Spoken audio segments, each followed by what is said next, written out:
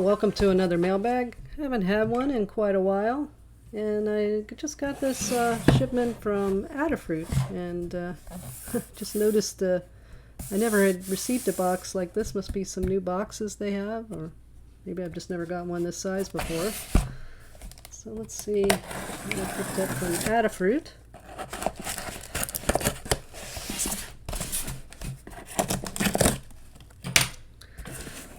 Alright, so I'm going to tilt it up because they always put your order information inside. So let me just get that out. And yeah, then I'll just take all the goodies out of the box here.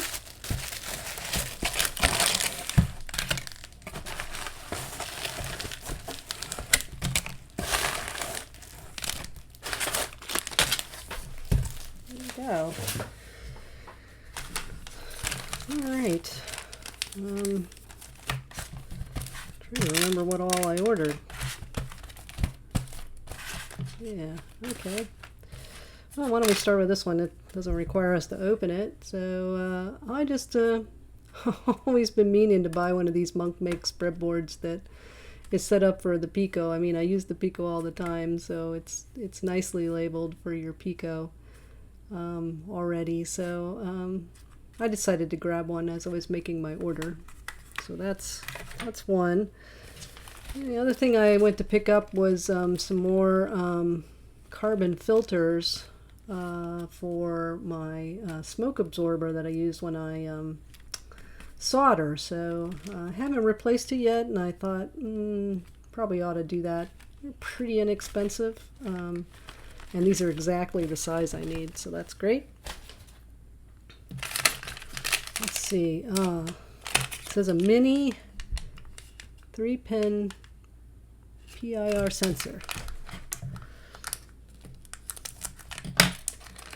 Yeah, so motion sensor.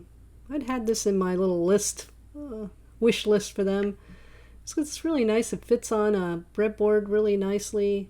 And pretty compact, and when you use the ones you get typically in your beginning electronics kits, they're pretty big and bulky and they don't mount onto your breadboard very easily. So I thought this would be nice for prototyping, so I picked one of those up. And this is a bar graph, so I'm currently making a series of LED display videos, and I have been seeing this bicolor bar graph, and yeah, so it comes as two pieces.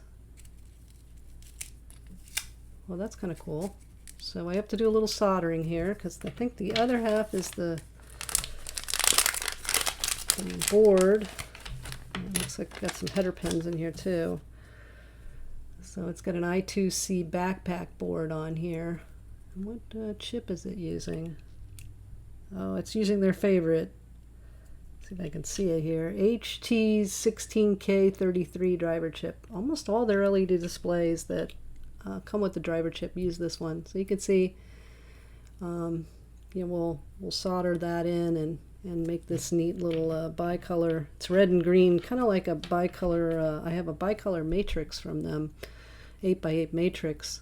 It's red and green, so you can have the red by itself, the green by itself, or you can turn on the red and green and get kind of an orange color.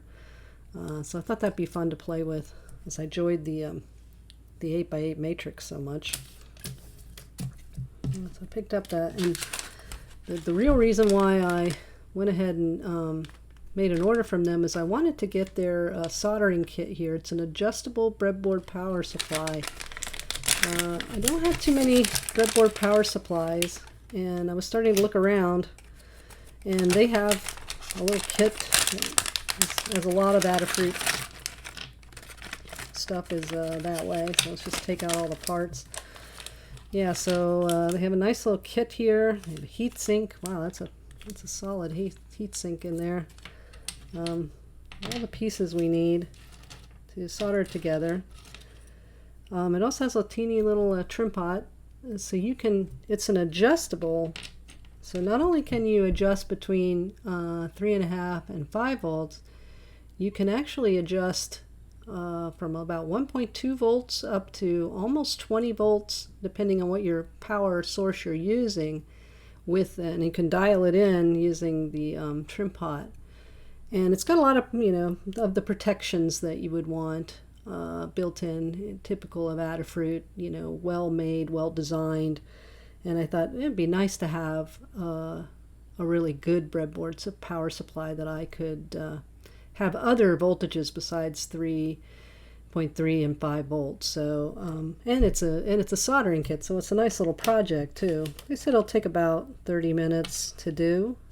So yeah, it doesn't look too hard, just all through whole components. So that was the reason I made this order, was to pick up this breadboard power supply and solder it together.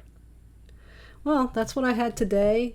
I hope you enjoyed it, and as always, thank you for watching.